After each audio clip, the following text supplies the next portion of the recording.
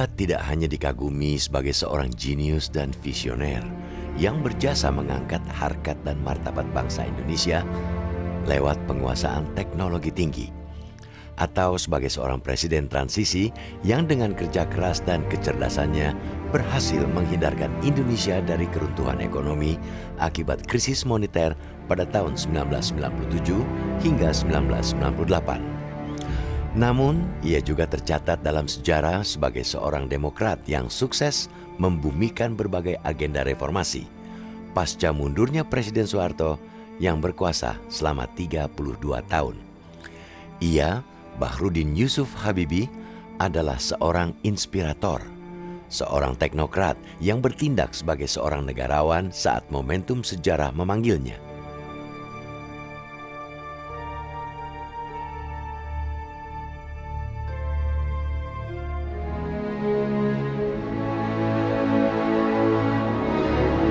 Lahir di Parepare, Sulawesi Selatan pada tanggal 25 Juni 1936, Bahrudin Yusuf Habibie atau B.Y. Habibie merupakan anak keempat dari 8 bersaudara pasangan Alwi Abdul Jalil Habibie dan R.A. Tuti Marini Puspo Wardoyo. Ayah Habibie yang beretnis Gorontalo bekerja sebagai ahli pertanian, sementara ibunya berasal dari etnis Jawa. Setelah menyelesaikan pendidikan dasarnya, Habibie melanjutkan masa pendidikan menengahnya di SMA Kristen Dago, Bandung. Di sekolah inilah Habibie pertama kali mengenal Hasri Ainun Besari yang kelak menjadi istrinya. Waktu saya masuk SMA, saya sangat tertarik pada ilmu pasti, ilmu alam, mekanika, semua bidang-bidang eksakta. Tetapi kalau sesuatu yang saya tidak suka, misalnya sejarah. Anda nggak suka? Saya sering bilang sama guru, dia bilang, kamu kok malas sekali nggak mau belajar sejarah, itu penting. Ah Pak, ngapain? Yang buat sejarah bukan yang ahli sejarah. Justru yang orang nggak ngerti sejarah dia.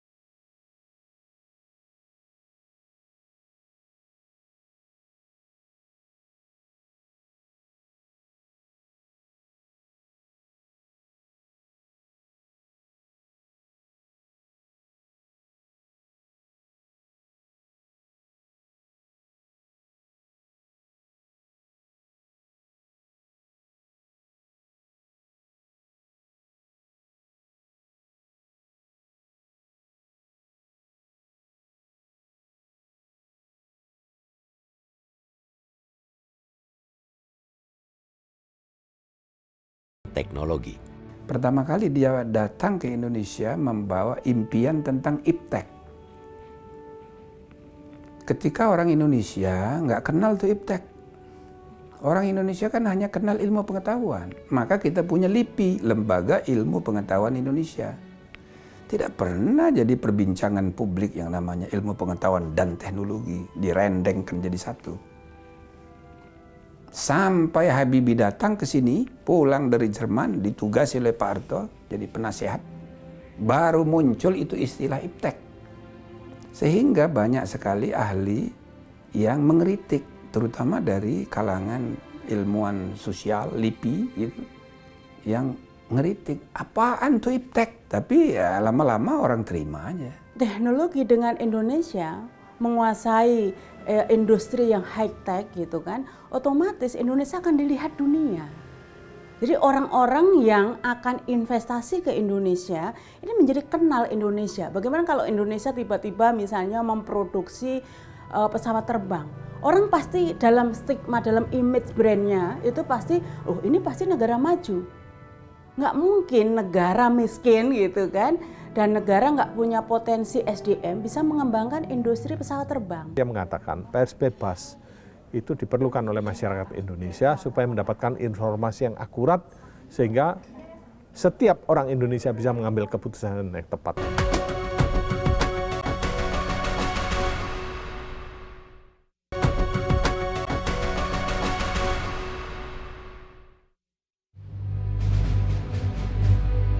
Cita-cita B.J. Habibie untuk mewujudkan visi Indonesia benar-benar diperjuangkan B.J. Habibie tatkala ia menjabat sebagai Menristek. Pada tahun 1983, upaya dan kerja keras Habibie mulai berbuah tatkala Perusahaan Penerbangan Nasional atau IPTN bekerja sama dengan perusahaan pesawat Casa Spanyol sukses memproduksi pesawat penumpang CN235 Tetuco. CN235 adalah salah satu produk Indonesia yang dalam tanda petik paling berhasil. Mengapa paling berhasil? Karena di awalnya itu satu skadron versi militer sudah dipergunakan oleh Angkatan Udara Republik Indonesia. 10-15 pesawat digunakan oleh Merpati Nusantara Airlines untuk menghubungkan rute penerbangan perintis. Saya sering sebut ini rute penerbangan pemersatu bangsa. Ya. Kalau sebuah negara bisa menghasilkan pesawat untuk militeri yang digunakan oleh militernya sendiri, dalam hal ini Angkatan Udara, dan juga sekaligus digunakan oleh atau menghasilkan dalam versi sipil digunakan oleh sipil komersial di domestic airlines, maka semua orang akan melihat itu sebagai sebuah produk unggulan. Setelah pesawat CN235 sukses dipasarkan di banyak negara pada tahun 1995, IPTN di bawah komando B.J. Habibie berhasil membuat pesawat penumpang yang proses desain, produksi, dan perhitungannya dikerjakan sepenuhnya oleh putra-putri Indonesia. Pesawat penumpang berkapasitas 70 orang yang dinamai N250 Gatot Kaca ini terbang perdana pada tanggal 10 Agustus 1995 atau 50 tahun setelah Indonesia merdeka. Sumbangan terbesar dari Bapak Habibie adalah beliau berhasil meneruskan cita-cita almarhum Pak Nurtanio, membuat pesawat terbang sendiri untuk negeri ini, yang tujuannya adalah produk bangsa sendiri ini bisa menjaga kedaulatan dan martabat bangsa Indonesia. Beliau sangat paham betul Indonesia ini adalah negara kepulauan.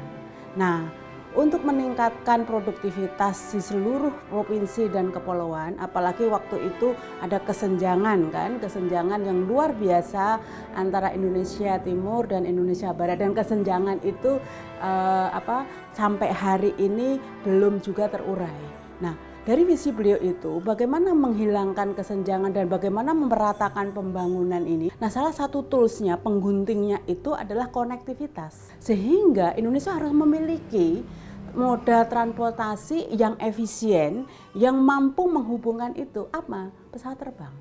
Nah, terbukti setelah kita nggak mengembangkan IPTN, maka importasi pesawat terbang luar biasa kita lakukan sehingga menyebabkan problem problem di industri penerbangan kita. Pada akhir tahun 1990, B.J. Habibie juga mulai berkiprah di dunia sosial politik setelah ia terpilih menjadi Ketua Ikatan Cendekiawan Muslim Indonesia atau ICMI. Keran demokrasi itu sangat tersendat ya.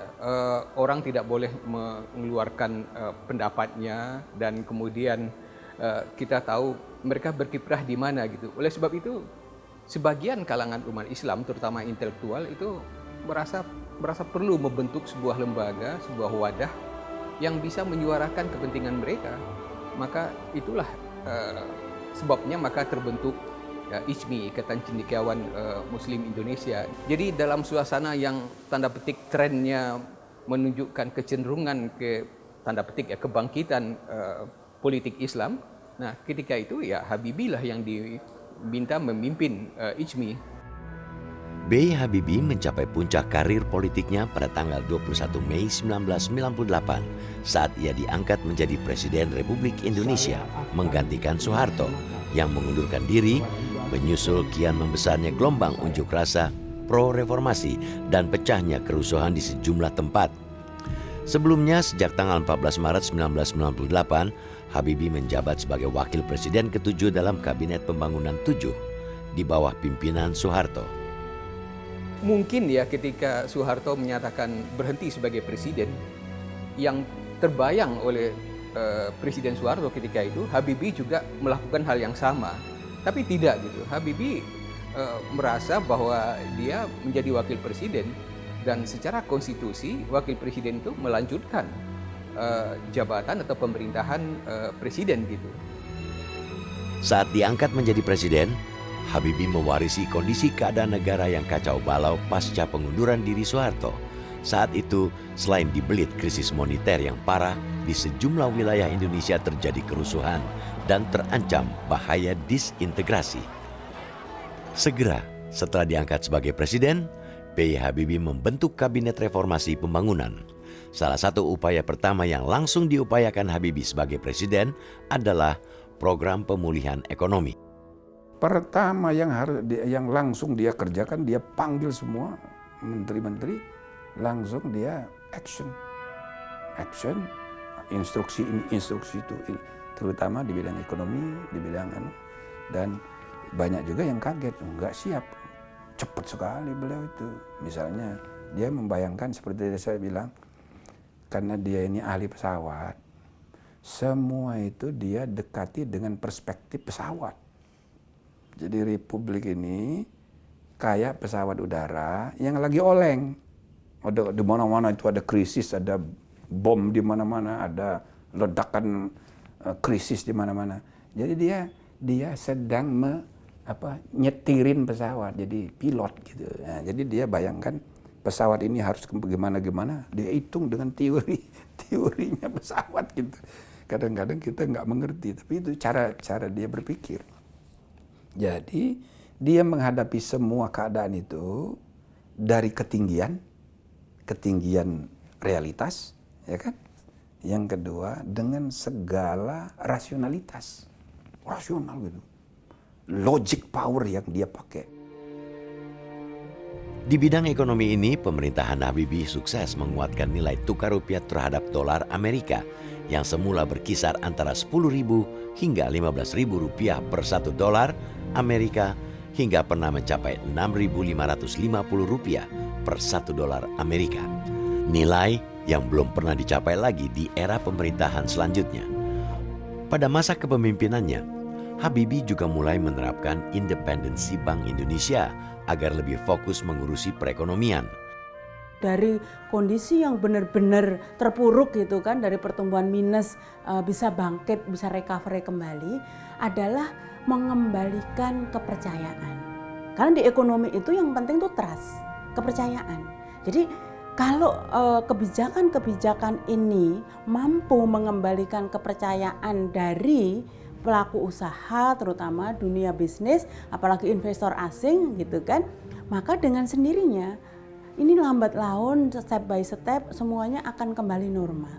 Nah, apa yang dilakukan Pak Habibie sehingga meyakinkan para investor, para pelaku usaha dengan kebijakan-kebijakan yang konkret.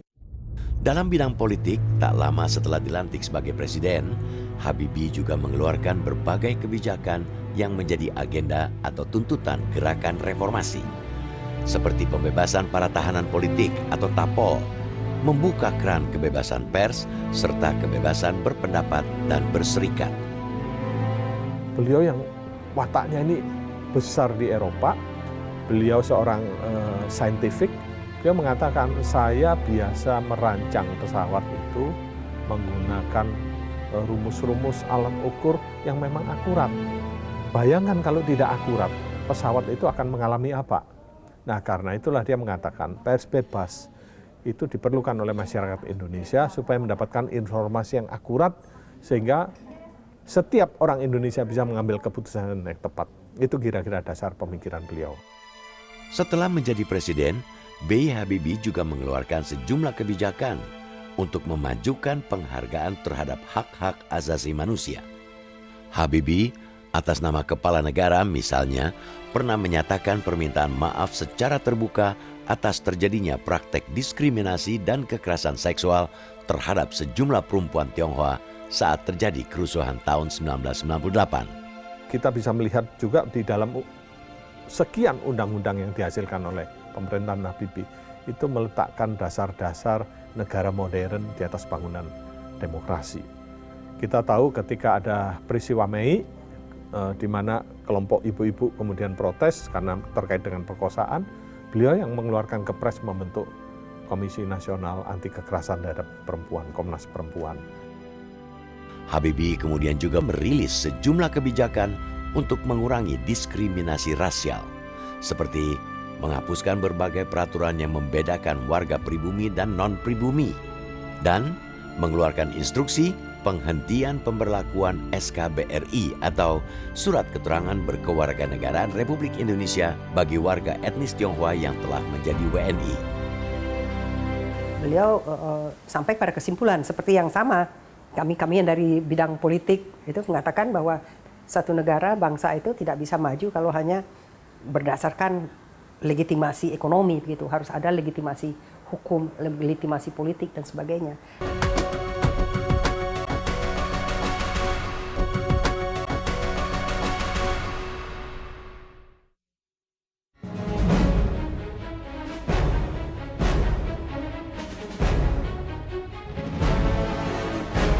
Meski hanya memimpin pemerintahan selama sekitar 1,5 tahun, Presiden B.J. Habibie berhasil membangun sejumlah landasan bagi keberlangsungan dan kemajuan kehidupan demokrasi di Indonesia.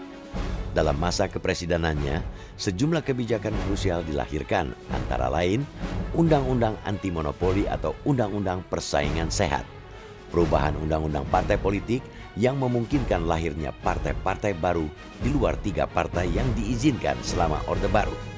Dan yang paling penting adalah dirilisnya Undang-Undang Otonomi Daerah. Melalui penerapan Undang-Undang Otonomi Daerah inilah gejolak disintegrasi di sejumlah daerah yang terjadi sejak era Orde Baru berhasil diredam. Dalam 16 bulan efektif pemerintahan Habibie, meskipun sebenarnya 17 bulan, itu menghasilkan 50 undang-undang dari 69 rancangan undang-undang disahkan, ya. Kemudian ada 232 kepres, ada 27 inpres, ada 2 perpu, peraturan pemerintah pengganti undang-undang. Total ada 261 peraturan perundang-undangan. Hanya dalam 16 bulan. Dan semuanya meletakkan Indonesia di dalam bangunan-bangunan demokrasi.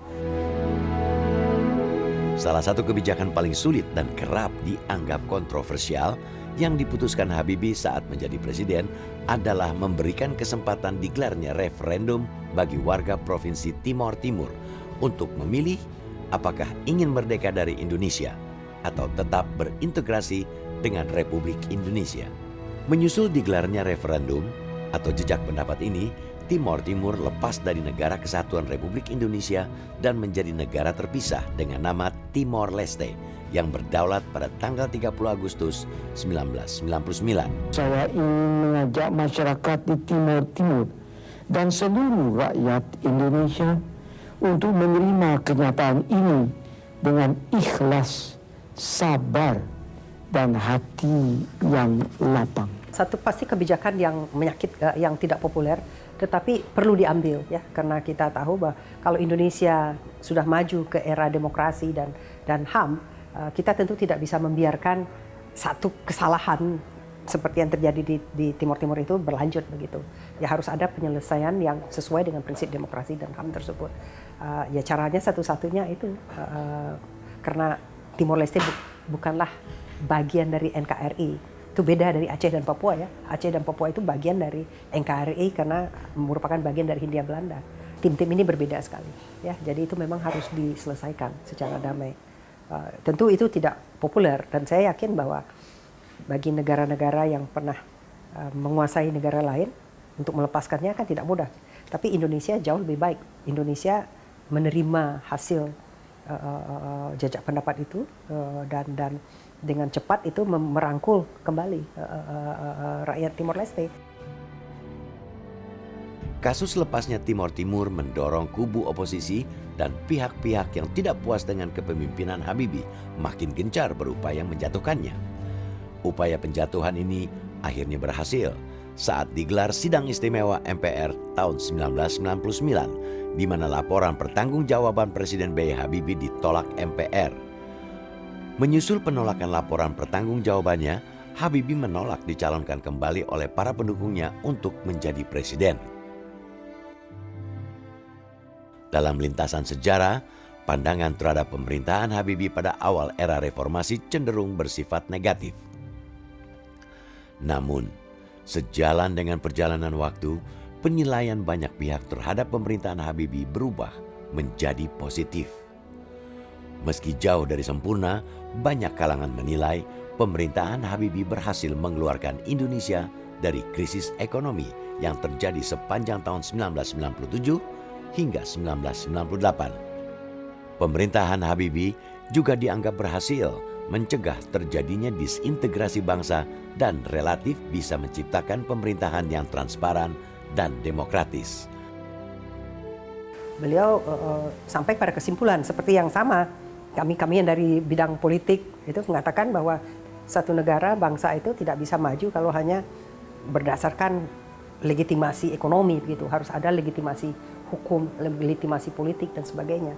Dan legitimasi politik yang luas itu tentu hanya bisa didapatkan kalau rakyat itu mendukung sistemnya, kalau mereka merasa memiliki pemerintahannya, kalau mereka percaya dengan pemimpinnya. Dan itu biasanya hanya bisa didapatkan dalam sistem demokrasi karena rakyat punya hak ya untuk memilih pimpinannya sendiri dan mereka punya hak kemampuan untuk mengontrol jalannya pemerintahan. Setelah tidak menjabat sebagai presiden, B.J. Habibie sempat tinggal dan menetap di Jerman. Namun, saat era kepresidenan Susilo Bambang Yudhoyono, Habibie kembali ke Indonesia dan aktif menjadi penasehat presiden. Pada masa kepemimpinan Presiden Joko Widodo, Habibie juga tetap aktif memberikan masukan dan gagasan pembangunan bagi pengembangan sumber daya manusia di Indonesia. Pada hari Rabu 11 September 2019, B.J. Habibie meninggal dunia. Sang jenius yang berpulang 9 tahun setelah kematian istrinya ini pergi mewariskan banyak jejak dan keteladanan. Jejak-jejak dan keteladanan yang pada hari-hari ini kian menjadi hal yang langka dalam kehidupan kita. Metro TV. Jelajahi cara baru mendapatkan informasi. Download Metro TV Extend sekarang.